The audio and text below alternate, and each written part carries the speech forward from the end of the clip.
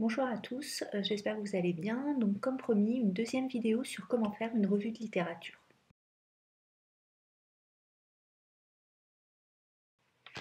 Alors la revue de littérature, c'est une partie importante de votre mémoire puisque ça représente à peu près la moitié du travail. On l'appelle aussi synthèse de littérature puisque l'objectif est de synthétiser différents écrits sur la thématique de votre mémoire. Donc, pour pouvoir faire une bonne revue de littérature, on va traiter ça en 4 points. Le premier point, c'est d'identifier le plan, enfin de déterminer le plan de votre revue de littérature. Le second point est d'identifier des mots-clés qui vont vous servir à faire une recherche documentaire. Le troisième point est de faire la recherche documentaire. Et le quatrième point est de rédiger votre revue de littérature. Donc, je vais essayer de traiter de ces 4 points-là sur cette vidéo. Premier point, comme je le disais, le plan de votre revue de littérature. Alors c'est en même temps très simple et ça peut être assez complexe. L'astuce, c'est de décortiquer votre problématique. Si je donne un exemple, vous avez pour objectif d'essayer d'identifier si la couleur d'un packaging a un impact sur le choix d'un produit pour les adolescents. Bon, c'est un exemple fictif, mais l'objectif, c'est de montrer comment une problématique peut être très spécifique. On s'intéresse à des packaging, donc ça c'est notre premier objet. La deuxième chose, c'est qu'on s'intéresse à la couleur d'un packaging. Et la troisième chose, c'est qu'on s'intéresse à une population particulière qui sont les adolescents. Bien sûr, vous n'allez pas faire un mémoire de 50 pages sur la couleur d'un packaging pour les adolescents parce que vous allez écrire 3 pages, il va y avoir 4 ou 5 recherches qui ont traité exactement de ce point. Donc votre revue de littérature va contenir un ensemble d'informations sur des études sur le packaging en général, sur des études sur la consommation des adolescents et puis aussi des études sur la couleur d'un packaging. Donc vous voyez qu'on va traiter de différents sujets qui sont liés à votre problématique. Quand je vous disais qu'il fallait décortiquer votre problématique, c'est-à-dire que identifier les mots-clés de ma problématique, ici c'est couleur, packaging et adolescent, et avoir 2 ou 3 grandes parties qui traitent de ces sujets. Donc on peut imaginer que dans un plan provisoire, parce que le plan évolue au fur et à mesure que vous allez lire des documents, mais dans un plan provisoire, je peux avoir une première partie qui est le packaging, où je vais essayer de lire un ensemble d'éléments sur le packaging.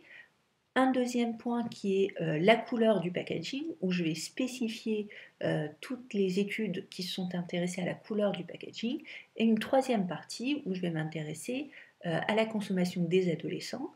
Et on voit bien qu'on a un plan en entonnoir qui va me permettre tout doucement d'arriver à la problématique exacte qui est l'impact de la couleur d'un packaging pour les adolescents.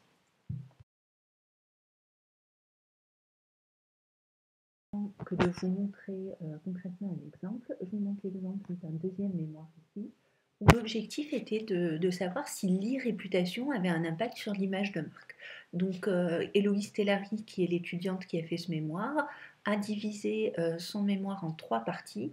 Partie 1, image de marque, où elle a essayé de mettre toutes les informations qu'elle a trouvées sur l'image de marque, la clarification du concept, la marque et sa relation avec le consommateur, etc. Une deuxième partie où elle a parlé de e-réputation en choisissant de parler, de passer de la réputation à la e-réputation, parce que justement, si elle s'était concentrée seulement sur la e-réputation, elle n'aurait peut-être pas trouvé énormément d'informations. Donc là, on passe de la réputation à la e-réputation. Donc on a une partie réputation, partie e-réputation avec des définitions, des origines, etc.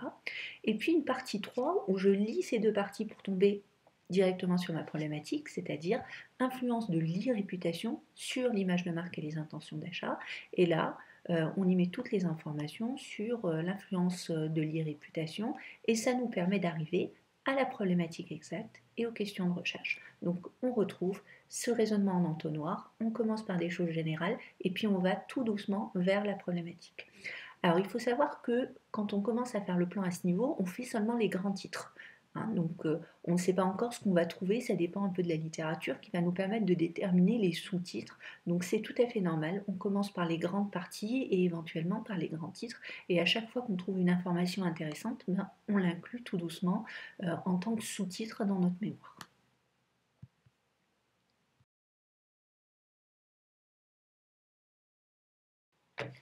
Donc la deuxième tâche, comme je vous disais, quand on fait une revue de littérature, est d'identifier ces mots-clés. Alors une fois qu'on a fait le plan, c'est très simple d'identifier ces mots-clés parce que généralement c'est les mots qu'on utilise dans notre titre de plan et dans notre problématique.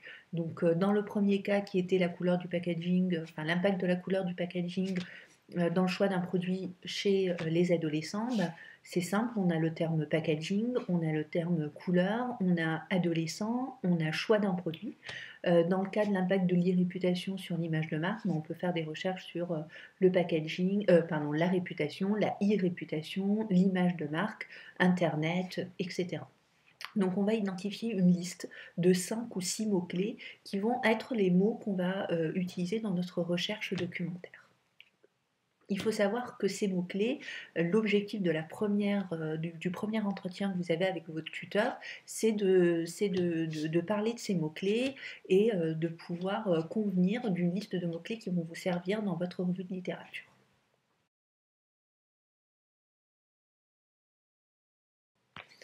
La liste de mots-clés est maintenant identifiée. Maintenant, il n'y a plus qu'à. Il n'y a plus qu'à commencer à faire de la recherche documentaire.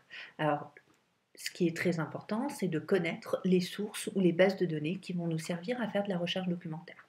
Avant de commencer, il faut savoir qu'il y a deux grands types d'informations ou de documents qui vous servent à construire votre mémoire. Il y a des documents qu'on considère comme des documents managériaux, donc ça va être des petits bouquins qu'on va trouver, des magazines et puis surtout de plus en plus des sites internet et des blogs.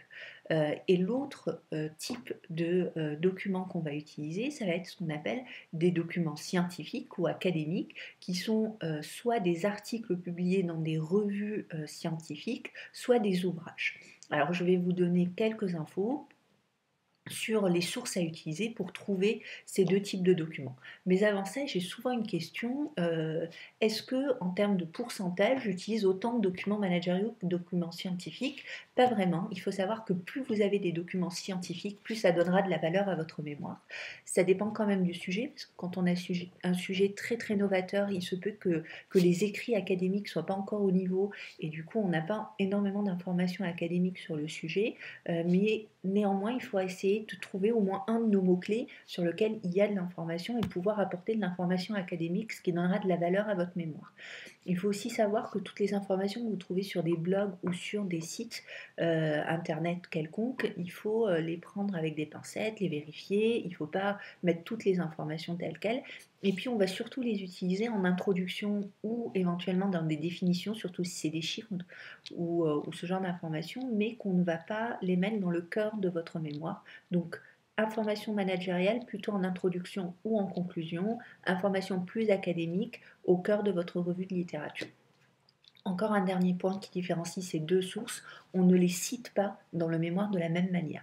C'est-à-dire quand on a une information managériale ou un blog, généralement on n'a pas d'auteur et souvent on n'a même pas de date. Donc dans ce cas-là, quand c'est une information qu'on a trouvée sur un site internet, on va le citer avec des notes de bas de page. Donc on va mettre l'information, on va insérer une note de bas de page et en bas on va mettre l'adresse HTTP du site web ou du blog où on a trouvé de l'information et on va indiquer la date de consultation, puisque vous savez que sur Internet, ça change très vite. Donc il faut indiquer la date de consultation de ce site web. Par contre, une information académique, même si vous l'avez trouvée sur Internet, elle a un nom de revue, un nom d'auteur, une année. Donc on la cite d'une manière différente en bibliographie. Je vous montrerai tout à l'heure comment on cite une information académique. La première source d'information, la plus classique, c'est Google. Donc, bien sûr, on y trouve un ensemble d'informations. Faisons un essai avec le terme e-réputation. Donc, je vais taper e-réputation sur Google. Voilà, donc une fois qu'on a placé les liens commerciaux, vous trouvez des définitions sur Wikipédia. Donc on me pose souvent la question si vous avez moyen de trouver des définitions sur des articles plus académiques ou sur des ouvrages, préférez les autres définitions plutôt que la définition Wikipédia. Après, exceptionnellement, si vraiment c'est un terme anglo-saxon très novateur, pas très utilisé, vous pouvez quand même citer Wikipédia, mais ça reste pas très reconnu dans le monde académique et scientifique. Donc vous pouvez utiliser des images dans votre mémoire, vous pouvez utiliser des sites web un peu organisationnels qui s'intéressent au phénomène, vous pouvez utiliser de des magazines, le journal du net, etc. Donc voilà pour la première source d'information. Je répète, surtout en introduction ou en conclusion, évitez au maximum d'utiliser ce genre de source dans le cœur de votre revue de littérature, ou alors faites-le de manière pas très importante. Deuxième source d'information, très facile d'accès, gratuite, c'est Google Scholar. Donc Google Scholar, il suffit de taper Scholar sur Google. Vous avez le site de Google Scholar, scholar.google.fr, et là on va taper notre mot-clé. Donc là on va trouver des sources plus académiques. Donc vous voyez, on va trouver par exemple un livre. Donc soit, comme dans ce cas-là, ça va être plutôt le titre, quelle édition et le sommaire, ce qui va permettre déjà de sélectionner si je trouve de l'information intéressante et ensuite d'aller chercher dans des bibliothèques si je peux avoir accès à ce livre. Ou alors parfois, je peux avoir la chance de tomber, alors je ne sais pas si c'est le cas ici, mais voilà, par exemple sur des books.google.com où je vais carrément avoir accès au contenu du livre. Alors parfois c'est pas tout le contenu, mais en tout cas j'ai un chapitre 1 sur la naissance de l'e-réputation et j'ai bien sûr toutes les informations sur cet ouvrage-là, son titre, son auteur, l'année, etc. Et donc je vais pouvoir utiliser cette source d'information. Vous voyez que j'avance un peu pour vous montrer. Voilà. Donc j'ai bien du contenu de texte qui va me servir dans la rédaction de je reviens en arrière pour vous montrer d'autres choses. Qu'est-ce que je trouve d'autre sur Google Scholar? Sur Google Scholar, je peux trouver des informations sur des thèses, par exemple, sur thèse.fr. Là encore, il va falloir que je m'adresse à l'université en leur envoyant simplement un email ou un courrier et leur demander si c'est possible d'avoir accès à la thèse de cette personne, donc par prêt interbancaire, par prêt interuniversitaire, c'est possible. Je peux avoir des informations sur un article. On va essayer d'aller en page 2.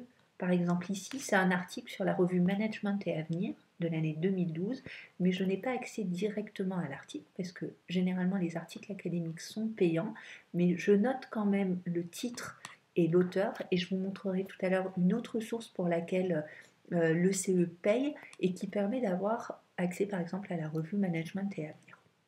Donc ça me permet de faire déjà une première étape, d'identifier un article intéressant.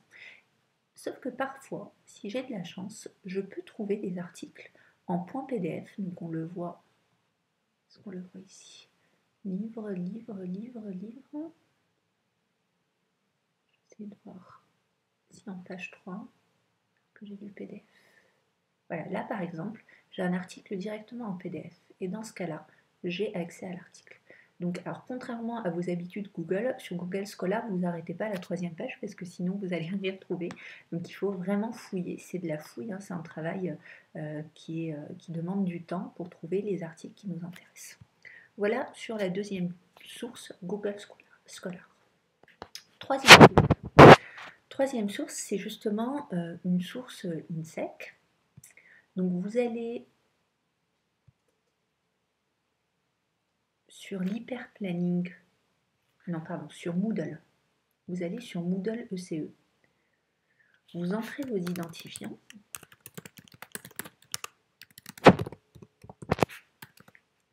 Voilà. Donc là, vous retrouvez selon vos cours auxquels vous êtes inscrit, mais vous en foutez parce que vous allez dans la racine ici. Et vous avez un onglet qui s'appelle Accès aux bases de données. Et là, vous avez un ensemble de bases de données qui sont très intéressantes. Alors, Factivia, Marketline et Compass, c'est plutôt des bases de données, donc surtout Marketline et Compass, c'est plutôt des bases de données qui sont sous forme d'annuaires d'entreprise, donc qui nous intéressent moins dans la rédaction d'un mémoire. Factiva est un agrégateur d'articles de presse, donc on trouve des informations intéressantes comme le Figaro, la Tribune, les Échos, mais là encore ça reste de l'information managériale, donc qui va plutôt vous servir en introduction ou sur des définitions ou pour donner quelques chiffres, mais pas sur enfin, pas sur les études scientifiques qui ont été faites sur votre sujet. Par contre, EBSCO est la source que vous allez le plus utiliser. Donc vraiment, c'est la source la plus importante. Donc on clique dessus et là, on reclique sur EBSCO Research Database. Et là, on va utiliser nos fameux mots-clés qu'on a identifiés qui vont nous permettre de faire une recherche documentaire. Donc, vous voyez qu'on est connecté au nom de l'INSEE parce qu'on est passé par Moodle. Si vous tapez directement EBSCO sur Internet, on va vous demander des identifiants et vous ne pourrez pas avoir accès à cette information. Donc, ici, on était sur e-reputation. Alors, point important, c'est que EBSCO, c'est pour 90% des cas de l'information anglaise, puisque la plupart des recherches, si on réfléchit au niveau mondial, se fait en langue anglaise. Donc, même si vous n'êtes pas forcément très à l'aise, il va falloir s'y mettre parce que tous les articles intéressants, surtout quand on a un sujet novateur, se font forcément en anglais. Donc une fois que vous avez mis votre mot-clé, vous avez le choix entre chercher dans le texte, est-ce que c'est le nom d'un auteur, est-ce qu'il faut chercher dans le titre, etc. Donc le conseil que je vous donne, si vous tapez dans le texte, on va faire un Excel. Vous allez voir, on va avoir un nombre très très important de résultats. Là, on a 205 articles, donc ça va vous prendre quand même pas mal de temps de lire ou de regarder tous les articles en question. Donc on peut commencer par titre, ce qui nous permet de faire une recherche très ciblée. Donc, il y a 8 articles qui utilisent le terme e-réputation. Donc, vous voyez, certains sont en français, certains sont en anglais. On voit bien que c'est des journaux académiques ici, donc une revue scientifique. Et vous avez accès, alors c'est pas toujours le cas, mais souvent quand même sur EBSCO, on a accès à l'article en entier en PDF. Il faut le temps que ça charge, mais on l'a ici. Hop, je reviens en arrière. Si 8 articles, ça se fait vite, donc on en a souvent besoin de plus. Donc là, on peut ouvrir un peu la recherche en essayant de chercher le terme e-réputation dans l'abstract, dans le résumé de mon article, ce qui va permettre d'augmenter un peu. Pas forcément. Je pense que si je cherche reputation, je vais avoir 49 528 mots. Vous voyez ce que je vous ai dit tout à l'heure. Donc, quand on décide de faire une partie sur l'e-réputation, on risque d'être quand même assez limité en nombre d'articles académiques sur ce sujet-là. Donc c'est bien d'ouvrir un peu pour d'abord comprendre ce qu'est la réputation et puis après on passera à l'e-réputation en comparant ce qui a changé entre réputation et e-réputation. Voilà, donc ça c'est vraiment la source principale que vous allez utiliser, donc EBSCO, en sachant que vous pouvez choisir les années, par exemple, pour pas avoir des références qui sont trop anciennes. Donc généralement, sachant qu'on est en 2014, on peut se dire qu'à partir des années 90, on reste sur des recherches qui sont quand même assez intéressantes pour nous. Voilà. Je vais m'arrêter là pour ce deuxième point qui est la recherche documentaire et on va passer au troisième point qui est la rédaction.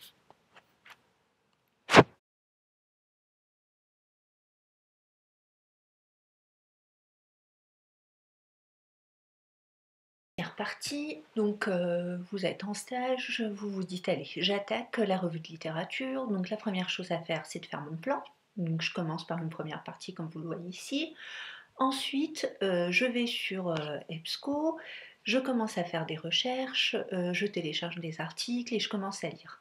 Alors l'erreur à ne pas faire, c'est de commencer à télécharger un premier, un deuxième, un troisième, un dixième, un vingtième, d'avoir un joli dossier avec 50 articles, mais d'avoir jamais le temps de les lire et surtout de se retrouver à J-1 mois du rendu de mémoire avec finalement 50 articles dans un joli dossier dans notre ordinateur, mais on ne sait pas par où on doit commencer. On a cette page blanche qui est bien vide, qui est la première page de votre mémoire et vous vous dites maintenant il faut que je rédige. Donc l'astuce que je vais vous donner, c'est l'astuce que j'utilise moi-même lorsque j'écris des articles et que je trouve vraiment, c'est le moyen de rédiger qui est le plus simple. Alors voilà comment ça se passe. Donc, vous ouvrez votre base de données, ici c'est EBSCO, vous ouvrez votre plan. Même si c'est un plan provisoire et qui n'est pas très détaillé, on commence comme ça. Et puis je commence à lire. Article 1. Donc on va faire du fictif, mais c'est juste pour vous montrer comment ça marche. Donc article 1, charge. Je suis désolée, j'ai pas beaucoup de réseau. Voilà, j'y suis.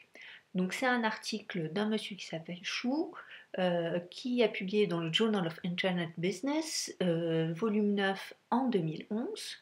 Donc je commence à lire mon article, l'abstract, les mots-clés. Alors il faut savoir que des fois quand on a un résultat avec 500 articles, il vaut mieux lire d'abord l'abstract et les mots-clés, voir si ça correspond, le présélectionner, et si ça ne va pas, on passe à autre chose. Donc quand on présélectionne, si on se rend compte que c'est vraiment intéressant, on commence à lire, et puis je me rends compte que dans sa revue de littérature, cette phrase-là, elle est quand même super intéressante, et ce serait quelque chose que j'utiliserais bien dans une des parties de mon mémoire. Donc directement, avant de commencer à stocker des articles, au fur et à mesure, je prends un premier article, je me rends compte qu'il est intéressant, je commence à le lire. Donc je fais un copier-coller de cette phrase-là, par exemple, dans cette partie que je trouve intéressante. Je mets des guillemets puisque c'est un copier-coller. Si je ne mettais pas mes guillemets, ce serait un plagiat. Et je mets le nom de l'auteur entre parenthèses. Donc comment on a dit qu'il s'appelait déjà? Chou, je crois. Voilà. Donc Chou 2011. Hop.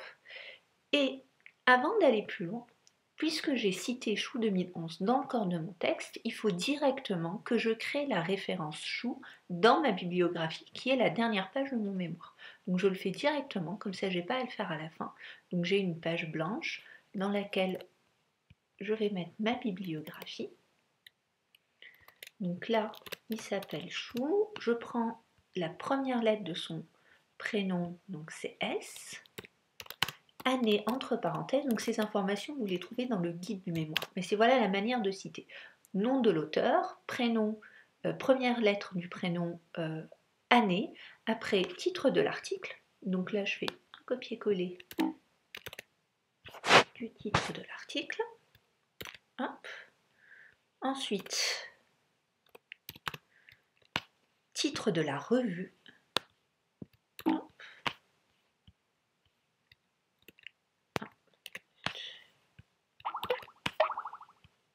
Titre de la revue. Donc là, c'était volume 9. Et puis, les pages de l'article. Donc ça va de la page 51 à la page 67. Donc vous voyez que c'est un boulot, c'est un exercice comme je l'ai dit au début, hein. C'est un exercice en mémoire de recherche où on montre qu'on a la patience, la rigueur de citer des auteurs, de faire des recherches. Hop. Voilà, ma première référence. Donc je reviens sur mon cours de texte. Donc là j'ai noté une première phrase qui me paraissait intéressante. C'est peut-être pas tout, hein. Je finis ma lecture et hop, je me rends compte que là j'ai une deuxième phrase ou un paragraphe ou une phrase. Il vaut mieux pas citer trop de paragraphes. On va commencer par une phrase qui irait bien dans cette partie. Donc je n'oublie pas mes guillemets. Et là, j'ai juste à mettre l'auteur puisque je l'ai créé en bibliographie, je n'ai pas besoin de recommencer. Et donc, je finis mon premier article. Ensuite, je vais lire un deuxième article. Je m'arrêterai là, hein, juste pour vous montrer. Je vais lire ce second article, par exemple. Donc, c'est monsieur Denis C, année 2013. Donc, je vais prendre, supposons que c'est cette phrase qui me paraît intéressante. CTRL C, je vais la mettre peut-être ici. Mes guillemets.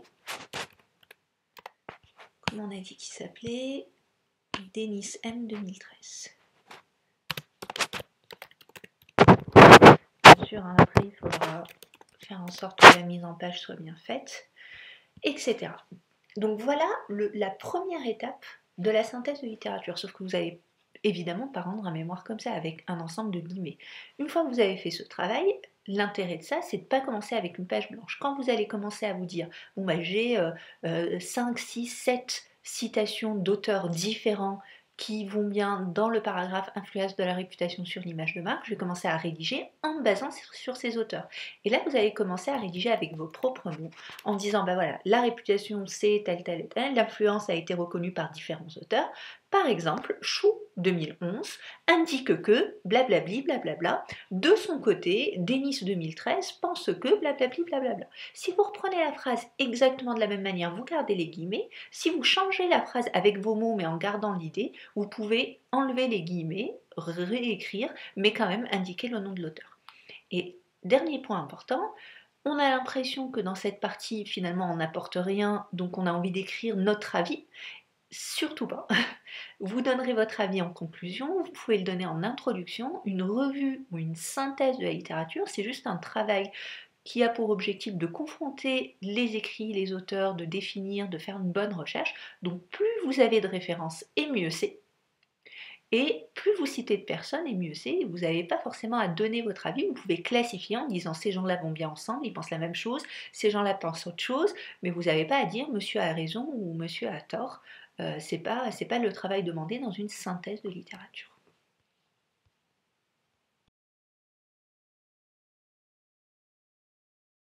Voilà, je pense que vous avez les premières armes pour commencer votre revue de littérature. Ne tardez pas trop, vous voyez que ça demande du temps. Essayez de vous organiser pour travailler un petit peu chaque semaine, même une heure. De toute façon, vous travaillerez plus à la fin. Ça, je vous demande pas de faire autrement, je sais comment ça se passe, je le fais aussi. Mais si vous commencez à J-1 mois, vous allez vous perdre et vous allez faire un travail bâclé. Donc essayez, chaque fois que vous avez un peu de temps, de prendre un article, deux articles, et de commencer à faire des copier-coller, à construire votre mémoire. Ça vous permet aussi de voir, en utilisant cette méthode, quelles sont les parties de votre plan sur lesquelles vous ne trouvez rien, et d'orienter vos recherches et d'utiliser d'autres mots-clés dans votre recherche. Voilà, j'espère que ça va vous être utile, enfin j'en suis sûre. N'hésitez pas à m'envoyer un email si vous avez des soucis, j'essaye de vous répondre au plus vite. J'ai vu à peu près la moitié d'entre vous en premier entretien et je vois la seconde moitié cette semaine. Voilà, à bientôt, au revoir.